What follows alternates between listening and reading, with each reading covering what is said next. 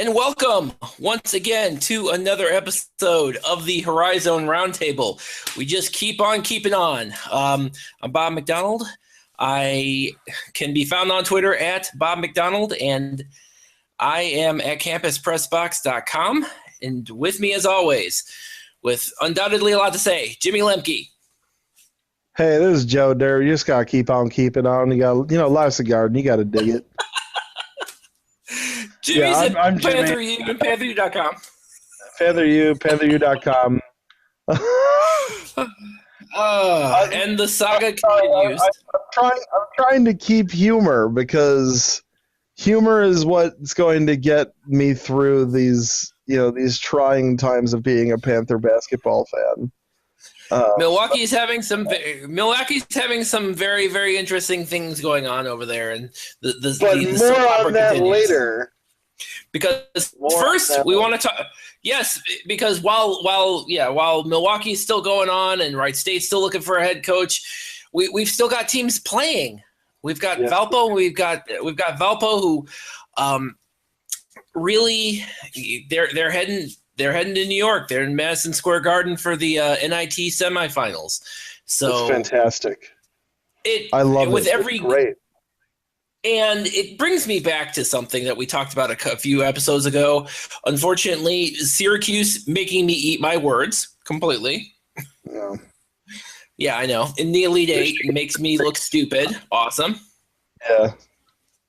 Michigan State making me look even worse because I picked them to finish in picked them in one of my brackets to win it all, and they get bounced out in the first round. So good times.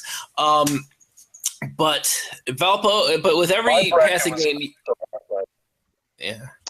But you look at some of the teams that. Yeah. I'm sorry. Go ahead. But you look at some of the teams that made it into the tournament, and then you look at Valpo. I know we talked a little bit about Tulsa, and you made a strong argument for them to be in, and then they turn around and lose to Michigan. The other one that we didn't even talk about, and it was Vanderbilt. Yes. And nobody at Vanderbilt was very impressed with them making it into the tournament either, because they just got rid of Kevin Stallings. Well, they didn't get rid of Kevin Stallings. He got rid of them because Kevin Stallings took the vacant Pitt job, which I thought Pitt would be aiming a little higher in their coaching search. I'm a little confused. Yeah, there's some things going on between, but anyway, I didn't really see Vanderbilt this year. I did not see being. I think if it was Valpo, if you just switched Valpo and Vanderbilt, I don't think anybody would have argued about that.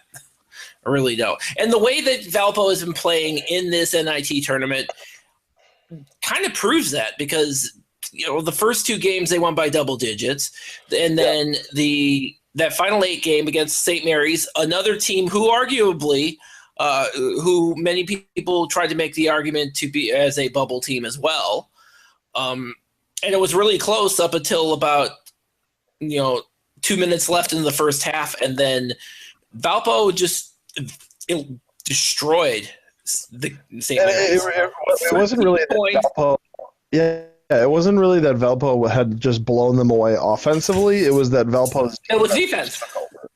They held them to 13 points in 22 minutes. That was the most outstanding display of defense I've seen in the postseason, and that's saying a lot. Any coach, I've been talking, as you might imagine, I've been talking to a ton of coaches. Sure. Just trying to help get an idea of what.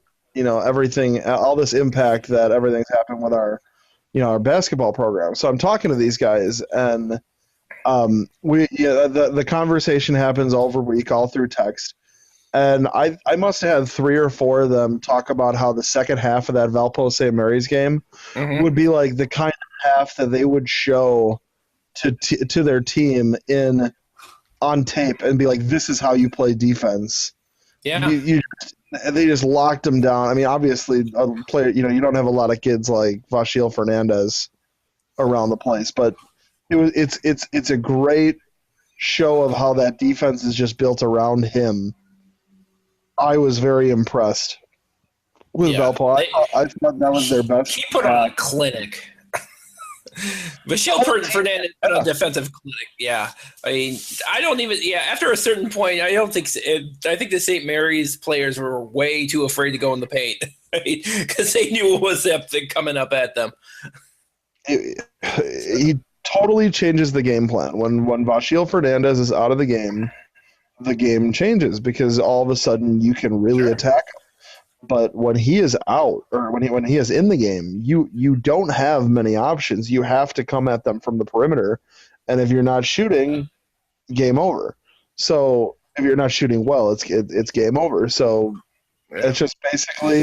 And St. Mary's is a pretty prolific team, prolific scoring team too. So yeah, I want to say they were in the West Coast Conference in scoring this year. They were. They've obviously got several players that will be pro. It was a sight to see.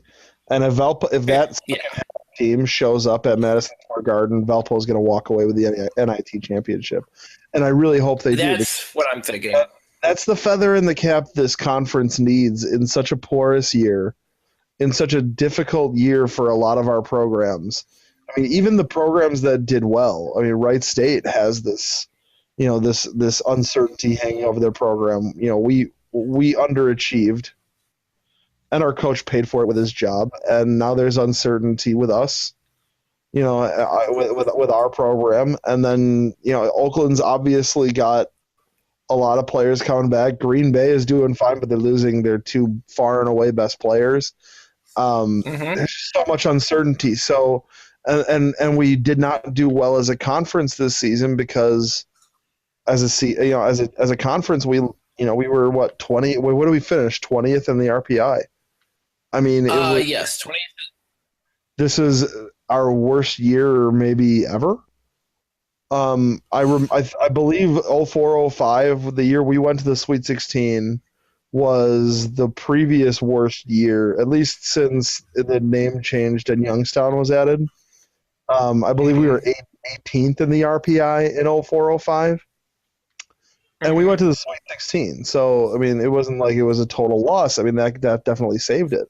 But if we lost, or say Brandon Cotton's shot had gone in, and Detroit had gone to the tournament and got walloped, and then we didn't, do anything in the NIT like the year before, we only won the one game. I mean, if that had happened, 04-05 would have gone down as just a terrible year for the conference. And it's all, so I kind of see this NIT, if Valpo wins the NIT, I see it as kind of a saving grace for the conference because we really need it. We really need it. Very, yeah.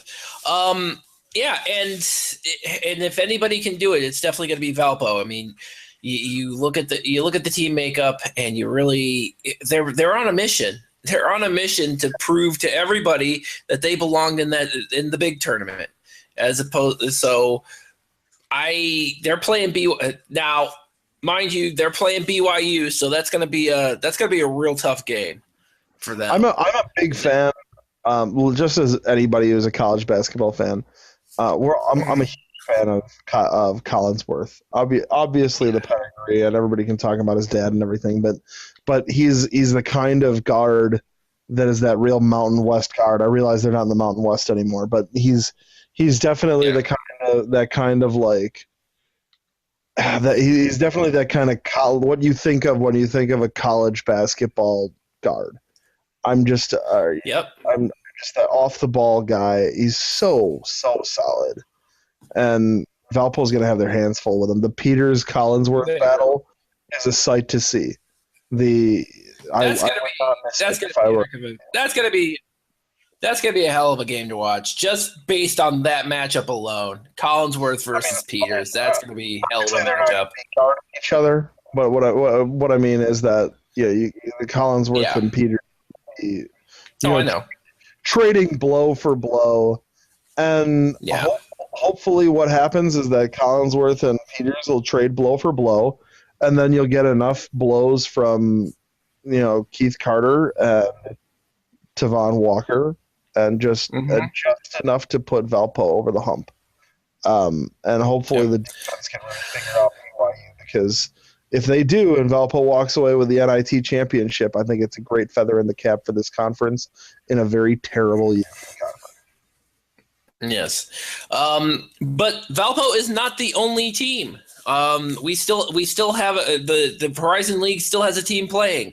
Haven't heard from them in a while, but this is the week that Oakland comes back, and they're playing in that Vegas 16 tournament. Yeah, unfortunately for Greg Campy, it looks like he wasn't very successful at the tables. I hear he lost $20. Hey, always bet the colors, Coach. Always bet the colors, not the. Or at least odds are even. Same thing. Or play craps. Craps is a better game anyway. So I don't know what I should play. I thought it was, but I'm not sure. So, but yeah, now the Vegas 16 is kind of an interesting type of tournament because we had really hoped there would actually be 16 teams in this tournament, but unfortunately that's not what happened. It ended up being 8.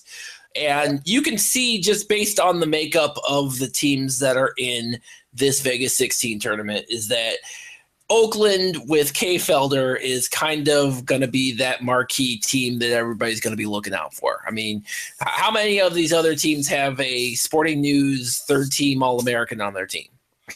Right. Seriously. It's definitely a chance for K. Felder to shine. You get national television games for the conference, for the team. So, CBS Sports. Because these are all – yes, this is – and we – I mean, we could probably make the argument that this Vegas 16 team because it's all for the next for Monday, Tuesday, Wednesday. It's going to be all Vegas 16, all about the there's going to be a lot of that on CBS Sportsnet. Whereas if say for example they had gone to the CIT, where they would be weirdly scheduled games that can only be found on the internet. So I think Oakland kind of made the right choice as in terms of tournament. Again, my only hope is that they had 16 as opposed to 8, but I have to say this as well. I think just based on the strength of the Vegas 16 Twitter account, I think I think this tournament's gonna do okay. The Vegas 16 Twitter account is incredible. Whoever runs that is just 100% media savvy. It's like Absolutely. They came straight from the Trump campaign and right into the right into that. I mean, the guy's great. I mean, you have to be self-deprecating somehow when there's really no other way that you can spin that because there's no way to spin it. In the Vegas 16, that if you would be like, well, it's for the year 16, it's not the 2016. You can't you know that nobody's going to accept that. So all you got to do is just be like, man, well, and then just make fun of yourself. So I think that person's got a great future in media relations because the guy is doing a great job. You're the best. The guy or gal, whoever's doing it, he or she is doing a phenomenal job, and good on them. Yeah, absolutely. Yeah, just the level of self-deprecation and there's definitely some snark in there, which is which we of course can appreciate a great deal. Snark is great, and if it's done correctly, if you do it like me, you tend to overdo it, and then you just end up shooting yourself in the foot, and then your athletic director is not going to want to talk to you again. So it's just there you go. Exactly. So that's they're playing and the Golden Grizzlies, they're going to be playing Towson that first game. That's going to be an evening game. It's going to be a 6:00 tip off there for them. And then they get to play the winner of Louisiana Tech and Eastern Tennessee State. So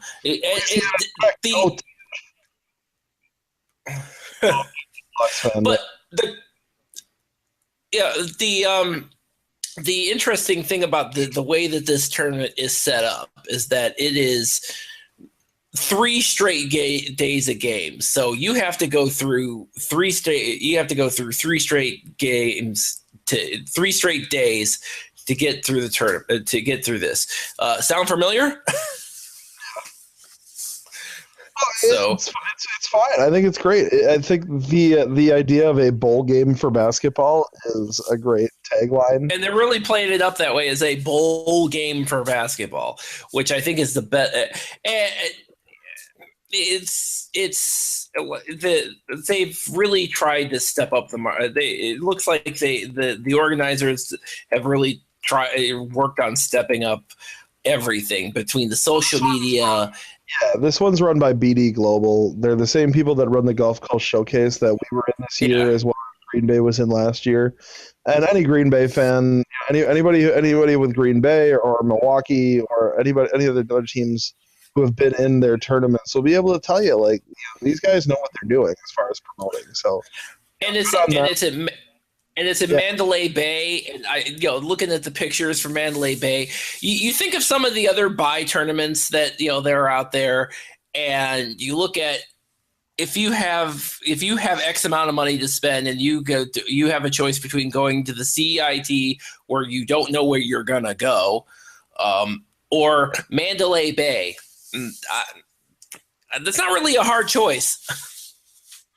Yeah, that's why this whole idea of a bowl game for basketball works, because you're showing fans have a place to go to. It's a destination. Absolutely. I would absolutely plan on attending if I was a fan and I was able to get a few days off. Yeah. And the best part of it is they've had 2 weeks. They've got this 2 weeks where they've been able to plan, been able to market, been able to convince the fan bases of each of these teams to take a trip down to Vegas. I mean, that's pretty. It's pretty smart the way they've done this.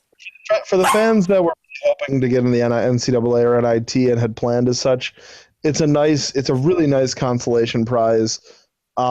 Obviously, Vegas as the nation's playground already has a lot of people that are there to begin with.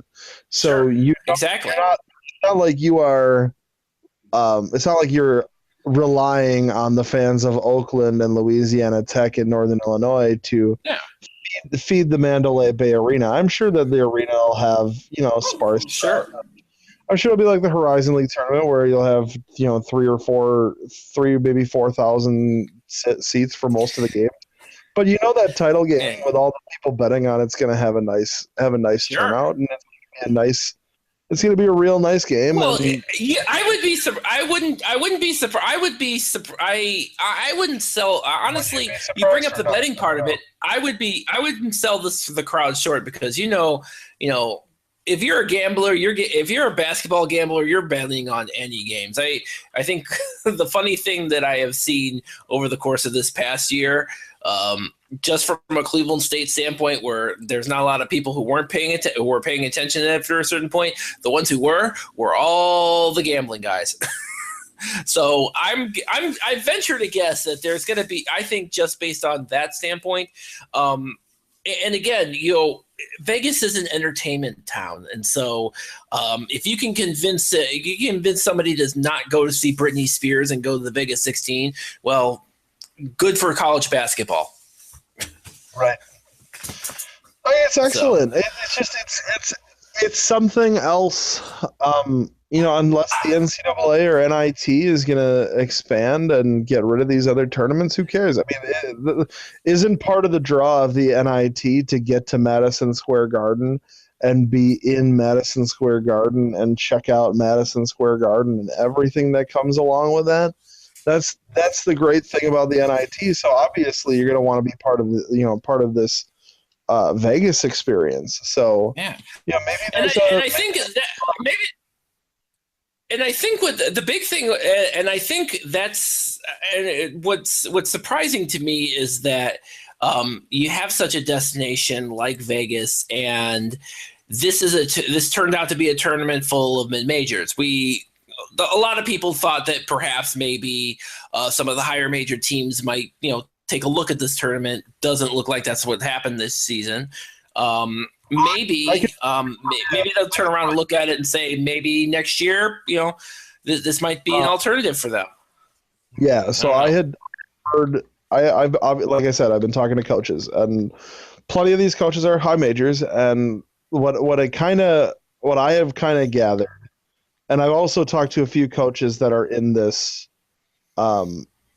tournament that in the Vegas, and they all kind of what it kind of held is that a lot of these high majors were talking to BD Global about being a part of the tournament.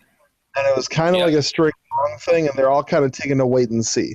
Because if people does have a chance here, if this tournament succeeds, and I think you'll see a lot of high majors take it over in the next couple of years.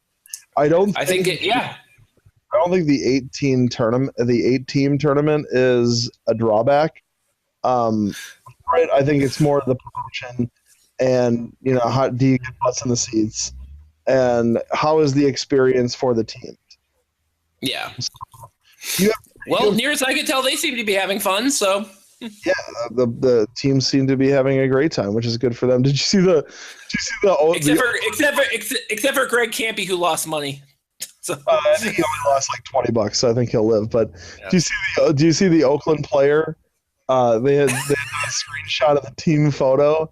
And they caught him ogling one of the showgirls. Oh man, it's great. It's good. It's fun. That's what college basketball is. That's why the NCAA tournament is so popular, is because you get these kids that don't have. Most of these kids are not going pro. For a Buddy Hield that is for everybody Hield that's having fun and is going to be an NBA lottery pick. There are 100 guys who are looking at their last, days of being college basketball players, and they're soaking in every moment. And that's what makes the NCAA tournament better than everything else, as far as sports are concerned. It's why the dance is the best. So when these Vegas 16 kind of tournaments flicker up, it's another experience, and you get these kids that are very wide-eyed, and they're getting an education. They're still very much student athletes in a lot of ways, and they're young kids. So it's good to see them get this experience. From what I've gathered, you can expect more high majors the high majors to really dig and buy into that tournament if it succeeds, as it stands. But. I really hope that it does well, because I like the idea. We have friends that are in the tournament. We've got Oakland, the team that's in the tournament. So I really hope it does well, because we do need.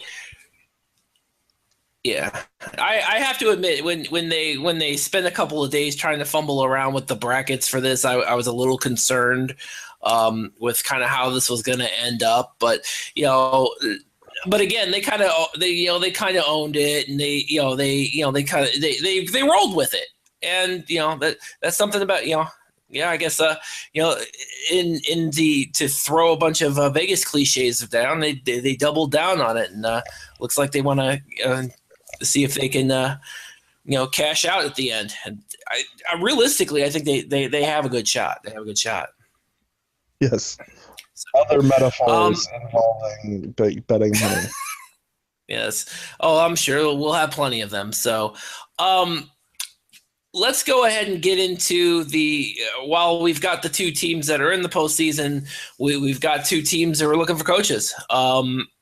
Dayton Daily News is reporting that Wright State is looking theoretically at hiring a coach in the looks like.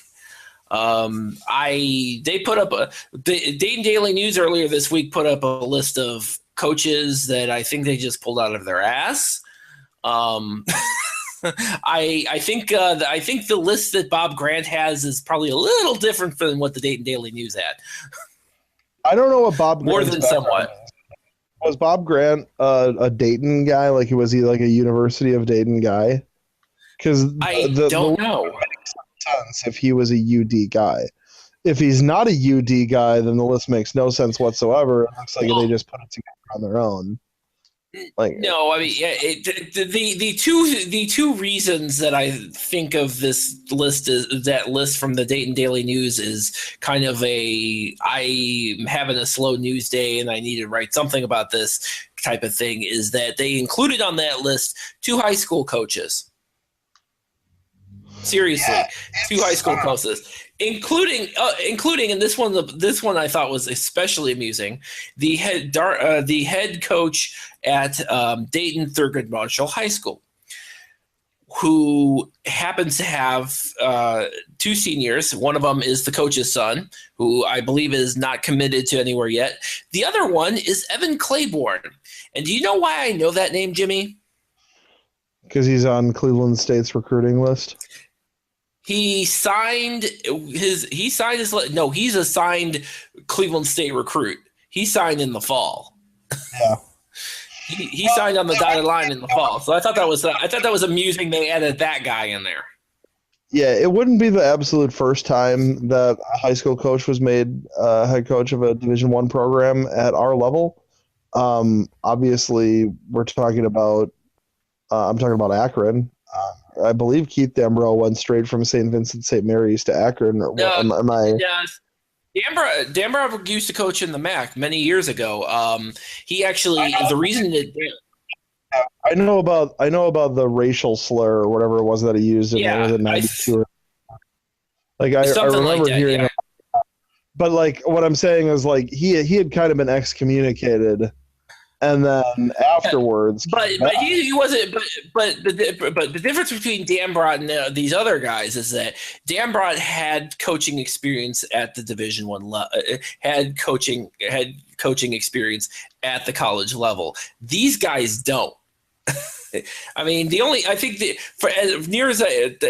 from what I could gather, the only claim to fame that these guys have is they used to play basketball at Dayton. I think that was about it. And it was it was Central Michigan actually. He was actually the head coach at Central Michigan. He's the guy who replaced Charlie Coles. When Akron hired him, he had come straight from St. Vincent, right?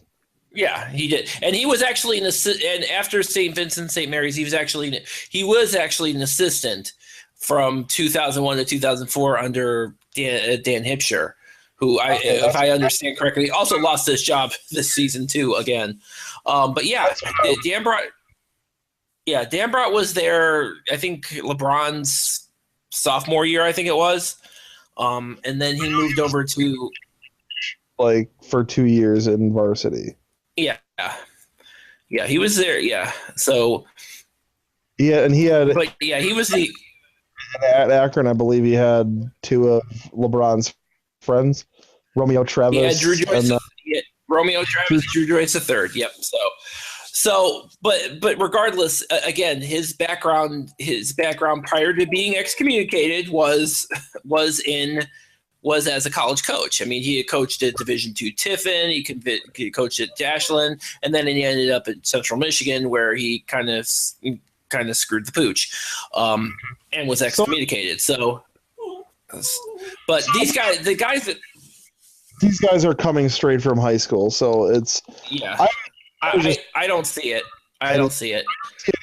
Unless Bob Grant is a Dayton guy, and I'm unfortunately I apologize to listeners. I didn't research as to where Bob Grant comes from. In Milwaukee, well, no, you couldn't anyway because he blocked you on Twitter. So I mean, you couldn't really do anything about that. I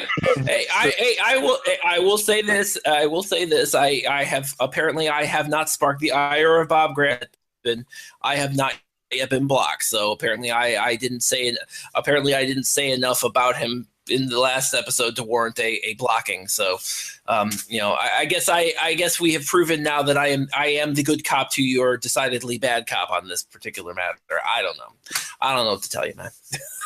All right, that works for me. But yeah, so but Bob Grant actually, since we are talking about Bob Grant is in fact a Wright State alum. Oh. Yeah, he actually is a Wright State alum. So Why are we talking about? Isn't Vitaly Potapenko? Yes, he did. And oh, by the way, Vitaly, yes, and he was a lottery pick for the Cleveland Cavaliers, and he played like maybe he was drafted in '96, the same year. Cavs had 2 picks that year. Vitaly Potapenko was one of them, and Zydrunas Ilgauskas was the second one. And Okay. I only knew about who Vitaly was because I am old. So, but yeah, basically he has been, I don't know what to tell you. I don't know. I think the reasoning behind the Dayton heavy kind of suggestions from the Dayton Daily News is, as I understand it from Wright State fans, is that there's a very heavy Dayton slant with the Dayton Daily News. So take that list with a gigantic grain of salt. I wouldn't be surprised if we saw somebody on there get hired that wasn't on that list. All right. So yeah. So finally, no podcast would be complete without the ever changing saga at Milwaukee, where still don't know who your coach is going to be and don't know which players are going to be there when they get there, because obviously three Panther players have requested and been granted their release. That would include Akeem Springs and Jordan Johnson. Yep. Which is not good considering he was second in assists in the entire conference, plus Austin Arians. So if you, I feel for you guys. That's obviously a fluid situation, and it just looks like it's getting worse by the day, man. I just care about these kids. To be like at this point, I've obviously been friendly with this staff for sure. I was a student and writing for the UWM Post. I used to annoy Jeter a lot, and then I stopped, being the student writer, and I started, really focusing on being a fan. And I grew close to those guys over the years. So there's obviously, some connection there. Obviously, I have some bias, but those guys are no longer our coaches. So what I care about now is the guys. Yeah. I've spoken with several of them. They had a meeting with our athletic director at the beginning of this week, Monday. Yes. None of them are very they don't trust her. Is to be flat out. But what I will say is that they do not trust the athletic director. So there is. Mm-hmm. I will say this is that none of them have made the decision to transfer. Okay. And none of them require her to be gone for her to stay. So if anybody listening is an Amanda Braun supporter, good for them. The good news there is that she could still be athletic director, and Akeem Springs and the players will stay. What matters is who is hired to replace Rob Jeter and his staff. And the list is nice. Isaac Chu at Virginia Tech is a name that we're familiar with in Milwaukee because he was on Buzz Williams' staff at Marquette. He's still on Buzz Williams' staff, just at Virginia Tech. Dwayne Stevens, who's the lead assistant at Michigan State. Let's see, who else is on the list? Northwestern, Pat. God, why can I not remember the guy's name? It's escaping me because I haven't. He's the one guy that I've never met before. He's the one guy I haven't met before on this list. It's a nice list. I want to pull it up while we're talking because I don't want to feel just having a bit of brain fart. Yeah, that would be not a good idea. The one guy on that list that Jeff Goodman had put out the other day Jeff Goodman from ESPN, and I got that list. Probably the same time he did from probably the same source, because the order of the list, that as I got it was the same order that Jeff Goodman had put it out as. The person that I talked to, I was like, I'm going to go and I'm going to look over this list while I'm waiting for confirmation from somebody. And while I was waiting for confirmation, so I think that the person who gave it to me gave it to a few people. I'm sure they did. That's typically what happens. Person's a member of the media and he listens to this podcast, so you should have put it out, man. It's a good list. I'm going to support whoever fired. I'm going to. I don't hate the list. I don't think it's a bad list. I think that the search firm that was put together by the university, the search firm that was hired, and the search and screening committee that is putting together, that is doing the, background checks and everything. I think they're doing a pretty good job. Okay. Dwayne Stevens is nice. The one name that'll pop out at everybody is Chris Lowry. Chris Lowry was the assistant for. He was an assistant for Bruce Weber. He is now again at Kansas State. He's an assistant at Kansas State for Bruce Weber. He was the head coach at Southern Illinois from 2004 to 2012 or something like that. He did pretty well. He had a Sweet 16 in what was it, 5 or 6? It was 06 because we were the mid-major Sweet 16 in 05. And then he basically the team just fell off completely. If this is the list, there a few things are pretty apparent. Number one, it looks to me like the real problem wasn't Rob Jeter, but Rob Jeter's contract. Because this is a list of guys that look quite a lot like Rob Jeter. And I'm not saying it because the list is entirely black. I'm saying it because all these guys are high major assistants who are hailed as good recruiters, but don't have any actual head coaching experience. And then you get Lowry, who basically rode Southern Illinois into the ground. I don't know if that was his fault or if the administration at that school just had no interest in supporting the program. You never know. Sometimes good coaches will get into really bad situations, and maybe things turn south at Southern Illinois for that. So it's interesting to see Chris Lowry on that list when his last year at Southern Illinois was 9-23 or something like that. And yet Rob Jeter is 20-13 and fired, and he is the head coach, and you would be keeping the entire roster. It's just really a really weird list. If you're somebody who's really looking to upgrade, as a lot of people have said, this is an odd list because this is a list of guys that are basically Rob Jeter. So what are we looking at here?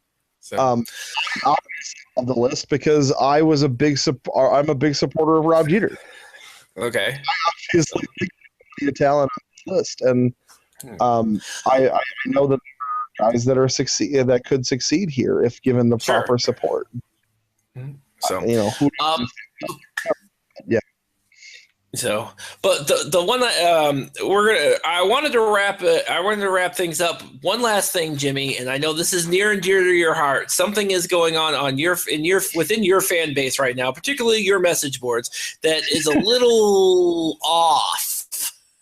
How long do I want to make sure that I give the readers no one?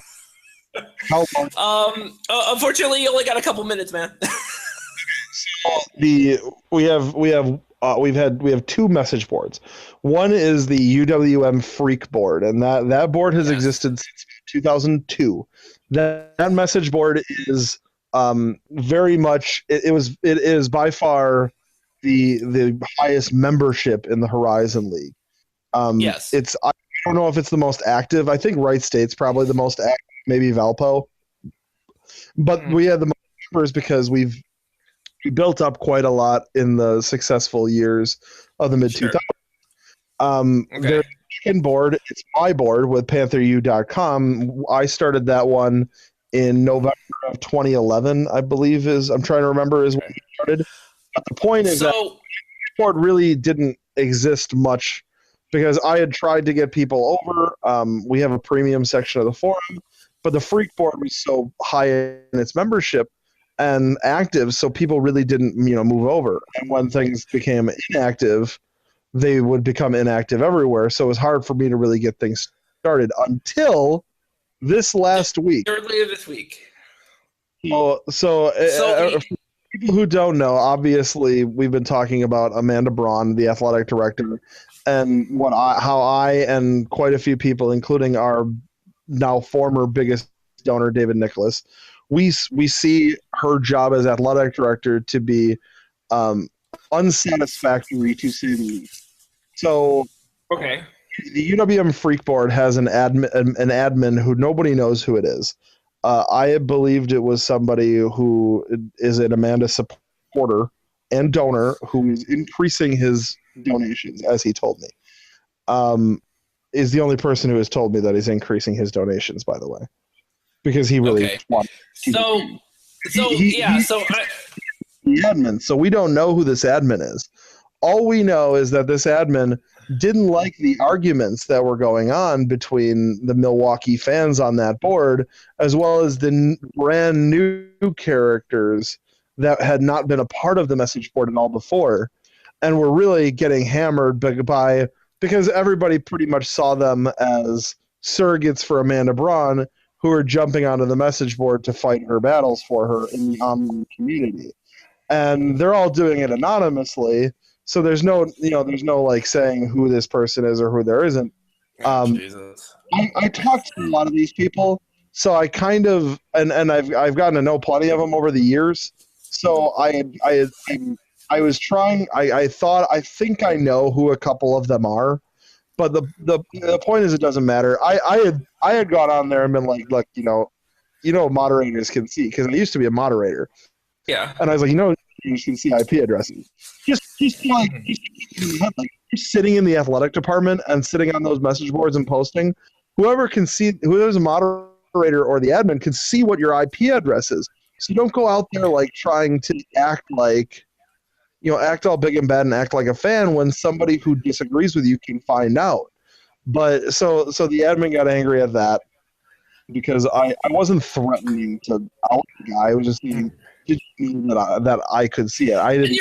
And also too, you are giving them an alternative message board too. So I don't know what to tell you about that situation except good luck. So /forum, everybody. We have a growing membership. I have decided that any new membership money that anybody, if you decide that you don't want the regular free board and you want to be a part of the premium board, we do talk about some HoriZone League things. There are some things that would be interesting to members of HoriZone League schools that are on the premium private forum. If you want to be a part of that, it's $25 a year. If you don't, that's fine. There's nothing wrong with that. Anything Panther U news and breaking news stuff, I'm putting on that board now. I'm and with that shameless plug of where the shameless is okay. Any new membership fees that I pull in the next month will all go directly to the General Scholarship Fund at UWM. I'm not keeping a dime. All right. Well, we're going to wrap this up here. We'll talk to you next week. We're going to talk about what Valpo did in Madison Square Garden. We'll talk about what Oakland did in in Vegas, and I think that's probably going to be the end of the ball game for us next week. How sweet would it be if we were talking about 2 postseason tournament championships for HoriZone League teams? So all right, well, we'll catch. Yeah, it is. So we'll catch you next week. Again, you can catch us. You can find us on 4lights.fm and wherever good podcasts or podcasts are found. We'll see you next week. Thanks, everybody.